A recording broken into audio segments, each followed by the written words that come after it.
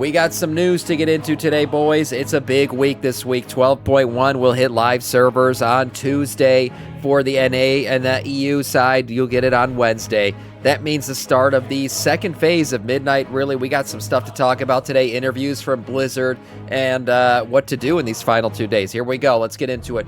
WoW's Curse of Ulutek. Yes, it is coming, boys. Follow the snakes of the Coiled Isles for a new adventure. We're going to get a whole new isle. This Isle's an understatement. Thing is as big as the upper half of the Eastern Kingdom. So it's a pretty large island with an underground cavern as well. The mists surrounding the Coiled Isles have parted, revealing the land steeped in ancient Amani history and deadly venomous dangers. As Zuljara presses on in his pursuit of her brother, Zul'Jan, you'll venture into the Isle of Caustic Depths, uncover its buried secrets, and aid her forces as they work to reclaim what was lost. Check out the full Coiled Isles at this link below and all that other stuff. So yeah, boys, we're going to a new island. That's right. Curse of Ulutek will also bring the Discord integration. I know it's controversial. A lot of people are saying they don't want to do it. You don't have to do it. That's the good thing. It's completely optional. But if you do want to integrate Discord, you will be able to do that once this patch goes live. Also, ping system updates. You'll be able to ping health, mana, trinkets, all kinds of stuff to let people know that your health is low, your mana's low, or you're on cooldown for some ability or something like that. So the ping system getting some pretty nice updates here. Twitch drops, as I said before. Twitch drops going live on August 11th. Watch 4 hours of this absolute shit stream or any other higher quality WoW stream out there. You'll get yourself the, what do they call this? Grassy garb, the Sorcerer's Grassy garb. That's right, a light green or tealish hat with a nice little cape there as well. You'll be able to get that just for watching 4 hours of any of these streams. Join the full surge for Decor Duels, the final surge, I should say. That's right, these are the final days of Decor Duels. Make sure you guys spend your illusionary coins. Those will be an obsolete currency once 12.1 hits. So if you want to do Decor Duels or get into the items from there, these are the kind of the final days and final hours that you'll be able to do that. Turbulent Timeways also comes to an end here on August 11th. If you didn't get yourself this wonderful mount, the good thing is you'll be able to get it when the next time Turbulent Timeways comes back around. It'll probably cost you 500 Time Warp badges. Not a big deal, but if you do still need to get it, and you've done this already for 3 weeks, this is your 4th week, you should put in that last bit of effort here these last 2 days to be able to unlock that mount. And then finally, the WoW Portal Room has hit 50K members. Interestingly enough, I didn't know this. I'm not one of them, but maybe I'll join because it looks like World of Warcraft will be doing 5 exclusive giveaways through the Discord channel here. So I'll link this in the chat and down below. If you want to click this link and join that Discord, you can. They're doing giveaways all week here to celebrate 50K. So you can join it and yeah, give yourself a chance to win. Why not? Things to do before 12.1 goes live. It's not an extensive list. If you're coming back to WoW, or you took a long break, or hey, you're just joining, you haven't even downloaded Midnight yet, these are just the things you want to do in these last 2 days here. Do the Curse of Ulutek campaign. It's not very long. You go right now, you can start the campaign, complete the Legacy of Amani step in the Curse of Ulutek campaign. This chain begins at Hagar's Invitation. That's what the quest is called, which starts in the center of Silvermoon City. Just get that done real quick before this thing goes live. Otherwise, you'll have to start that once the patch is live, and you'll be just a little bit behind. The Omnium Folio is also something you're going to want to do. This power thing, basically, it's going to send you around to do some delves, do some dungeons, and fill out this little thing here.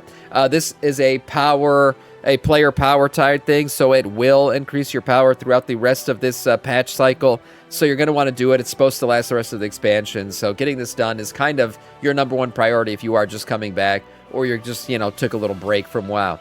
And then upgrade your gear. Yeah, use all of your crests, all of your currencies and everything. All that stuff's not going to matter anymore once the patch goes live, so make sure you get that shit done. What up, Adderall? How's it going?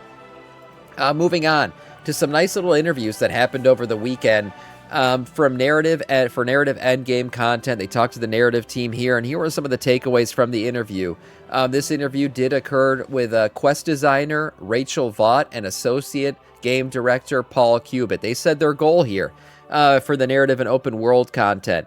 The goal was to reintroduce the Amani trolls, but of course not make them playable, right? Because that's what the players want, and we don't want to give them what they want. I digress. The Amani trolls was to honor the past while also allowing for future stories to be told about their civilization. The narrative of Ulutek fits the World Soul Saga because Zul'Jan wants to try to use this being as a weapon against Xal'atath's Twilight Blade forces.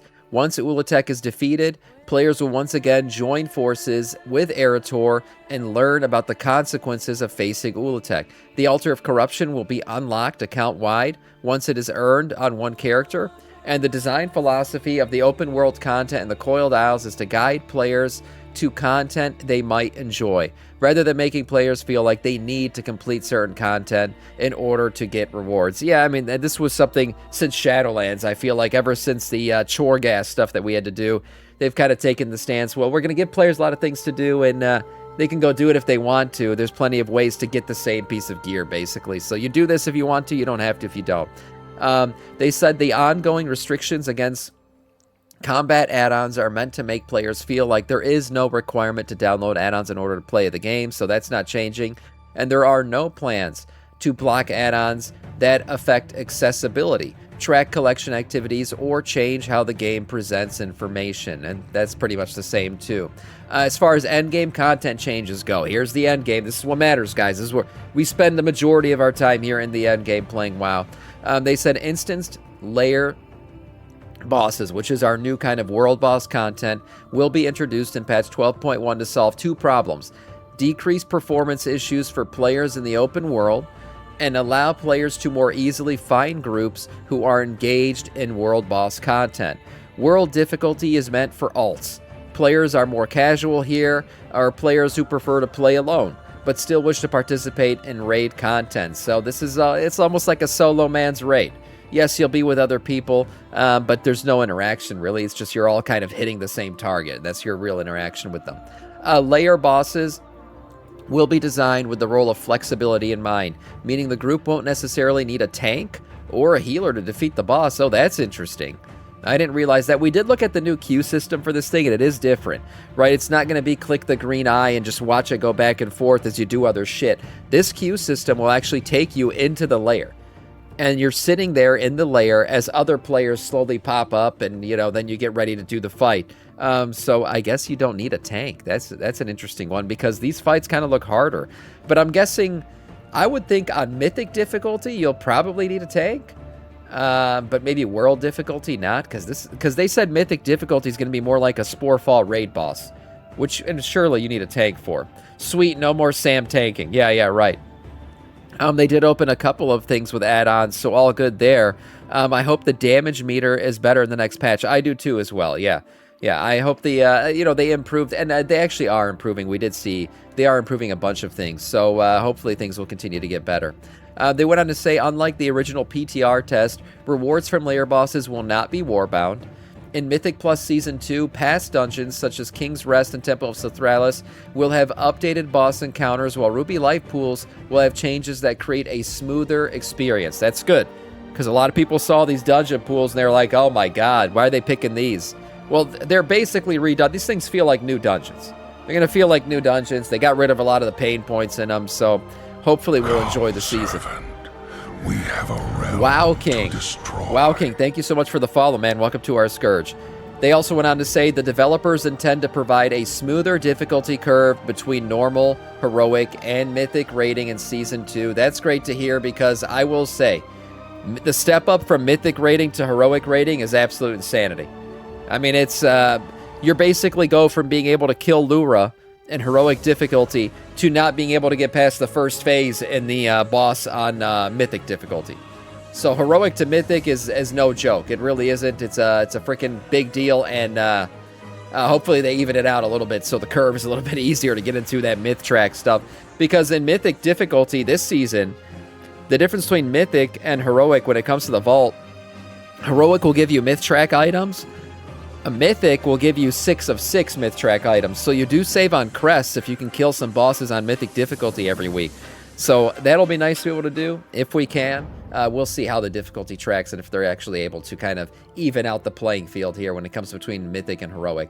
A very boring optimal strategy coming for your Great Vault in Season 2. If you guys don't know, a big change coming to mythic or to Vault in general in Season 2 is that we will be able to get bonus rolls by clicking the bottom right here. You see it. Instead of collecting your little, peasant coins for not getting anything in there, you'll be able to get a bonus roll. Now, one thing this will make a lot of players do, what a lot of players are already talking about is, well, let's just take the bonus rolls from the start. Because one thing about the bonus roll is you have a list of items, right, for those bonus rolls, and every time you use a bonus roll, you kick off one of the items on the list, which eventually will guarantee your best-in-slot items. One thing that happens when you take something from the vault is it doesn't take anything off of that list. So players are saying clearly then the most optimal way to use the vault every week now is just take the bonus roll and leave everything else, unless you maybe got a best-in-slot item. But by taking the best-in-slot item, by the way, you still risk that later on using your bonus roll will give you that best-in-slot item again. So then you throw away the bonus roll. There is a way to fix this. Blizzard people have been saying, well, what Blizzard needs to do then is basically take that piece of bonus gear and cause it to go away. Whatever you pick, cause it to go away from the bonus roll, right? So you have that list of bonus rolls. You shouldn't be able to get something off the bonus roll that you've already looted, even if you didn't use the bonus roll to get it. Now, Blizzard did comment on that. They said that's not the thing that they're going to do for 12.1. It's not in the plans yet. But as of right now, what that means is you got to do 3 things to be able to select bonus rolls. Whether that's a delve and an open world piece of content and 1 mythic plus, or 4, or what is it, like 8 mythic pluses to unlock all the way, or killing a certain number of raid bosses. You got to unlock 3 of any combination of these to be able to select your little bonus roll selection here. Does that make the vault a little bit less exciting? Yeah, definitely. I think if every week everyone's just taking the bonus roll, it definitely makes the vault overall less exciting. Now, it also does make it good in that when you do get a shit vault, you're not going to feel like complete garbage. But I feel like there's a balance here. I feel like some of these need to be taken off. When you select the item, it should be taken off of your bonus roll list as well, so you're not punished for selecting the item. Because players keep saying, well, what's the point if my bonus rolls are going to become shit because I kept taking items off the vault and they were never taken off the bonus roll list. So every time I bonus roll, I just get something I already got from vault. So it's going to be an interesting interplay here. Some players are saying they're just going to take the bonus roll every week. Some are saying they don't care. They're just going to continue to play the game they've always done. We'll see how it all works out. But for now, that's how that system's going to work. Finally, we have Windows Central reporting on Blizzard earnings, and guys, Blizzard's #1. That's right, believe it or not. According to Jez Corden at via Windows Central, an internal email was sent out in Blizzard basically pointing out that Blizzard is the top performing Xbox studio for the fiscal year of 26. That's right. Thanks to all of you guys buying those long boys. I mean, that might have been 2025, but you get what I'm saying. Basically, I guess a lot of Hurt Steel was purchased, a lot of decor items, people buying shit in WoW. I mean, we're all playing that WoW sub too, so that's another thing. But overall, don't forget, Blizzard also includes Overwatch and Diablo, which released an expansion, Lord of Hatred, right? So that was another big thing that probably contributed there. Actually, and people will roll their eyes when I say Overwatch. One of the comments in the email was Overwatch drove exceptional performance, in particular with Overwatch delivering its strongest quarter since 2022. This is the first time fiscal year 25 and 26 since fiscal year 27 where there was back-to-back years of growth for Blizzard. Microsoft also recently put out that they're going to eliminate 3,200 roles overall. They've already eliminated 1,600 of those. So maybe Blizzard will be safe considering they're performing so well, but it's looking good. I mean, they're the top performer right now for Microsoft. So overall, all that purchase of Blizzard Activision, I mean, at least on the Blizzard side, looking like a good choice. Finally, we're at the end of Season 1, and you know what that means. You can get your Season 1 recap, boys. I'll link this in the chat and down below. This thing's always really cool to go through. I did it. I haven't looked at it yet. Let's pull it up, and let's see what it all looks like here. My Season 1 recap. A lot of this shit was done on Twitch. Actually, all of it was. And a lot of the rating parts of it were done with you guys. So let's see what this says here. Season 2 is nearly upon us. Before we go, let's rewind the tape and celebrate your journey. Okay, getting all touchy-feely here. You've spent 9 hours and 23 minutes in rating. Wow. Peaking at a 30,045 IO. Look at that. This is when I started doing Mythic Plus. I actually, funny enough, did not really do Mythic Plus at all. We kicked off the season with a rating. We just kept doing it because I wanted to kill that bitch Lura. But it looks like I peaked at a 34. Yeah, I wanted the mount, so I went over 3K. That's nice. But this, look at the talent. Unbelievable. I just picked up Mythic Plus and shot straight up out of a cannon. Unbelievable. You wiped, yeah, we'll see how many times I wiped. They'll say it probably. So that's my IO score. 21 runs, 9 hours, 23 minutes in queue. Top 23% there. You've timed 19 of 21 keys, and everyone says all I do is brick. Unbelievable. You guys are the narrative police, man. You guys talk about I brick keys all the time. Freaking cleared almost all of them. 11 keys in a row, longest time streak. Closest call, a 14 with 0.4 seconds left. Jeez. Every hero falls. You died 4 times in your deadliest dungeon run. Let's revisit the scene of the crime. What do they got, clips? Oh, okay, 4 deaths, Myasar Caverns. Yeah, that makes sense. Oh, they got the spots? Oh, wow. 57% of all your recorded deaths were in Myasar Caverns. I hated that place, I'll be honest. Across 21 keys, you were loyal to a single spec. Show it. There it is. I only play blood, boys. That's right. 100% of your keys were run as your blood DK. That's right. That's right. You ran keys for 52 different... Wow. But who's your ride or die? Oh, we got some people, some viewers, of course. Swirly Poo, Trofex, and Fort. Nice. No surprise there. Number 1 people I partnered with this season. Carried? Unbelievable. Unbelievable you would say such a thing. Is the slide going to continue moving here? Let's see. Moving on. You grouped with 40 different specs this season. I think you know who had your back most. Frost Mage, Ret Paladin, and Unholy DK. Unholy, yeah, I mean, part of the meta. Retribution Paladin, that's just because fucking everybody plays Ret. So that makes sense. Your progress spanned 25 raid resets across 4 raids up to Heroic. Yeah, I played a lot of raiding, of course. Which raid took you the longest to clear? For sure, it was, yeah, Voidspire. No doubt. Yeah, not quite. Oh, man, really? 55 boss kills. Wow, what the hell? Oh, March on Quelden. Oh, I'm so stupid. Of course. It's not Voidspire. It was freaking March because that's where our Lura kill is. Yeah, I forgot about that. You're at 74 boss kills. Da-da-da. Oh, I was supposed to pick on those other things. Okay, which boss took you the most of your live tracked encounter time? I mean, this is... Yeah, of course. How long did it take us? Oh, my God. Almost 7 hours of encounter time? Holy crap. The Voidspire, 19 hours and 14 minutes. Guys, it almost took us an entire fucking day. It almost took us 24 hours. Jesus.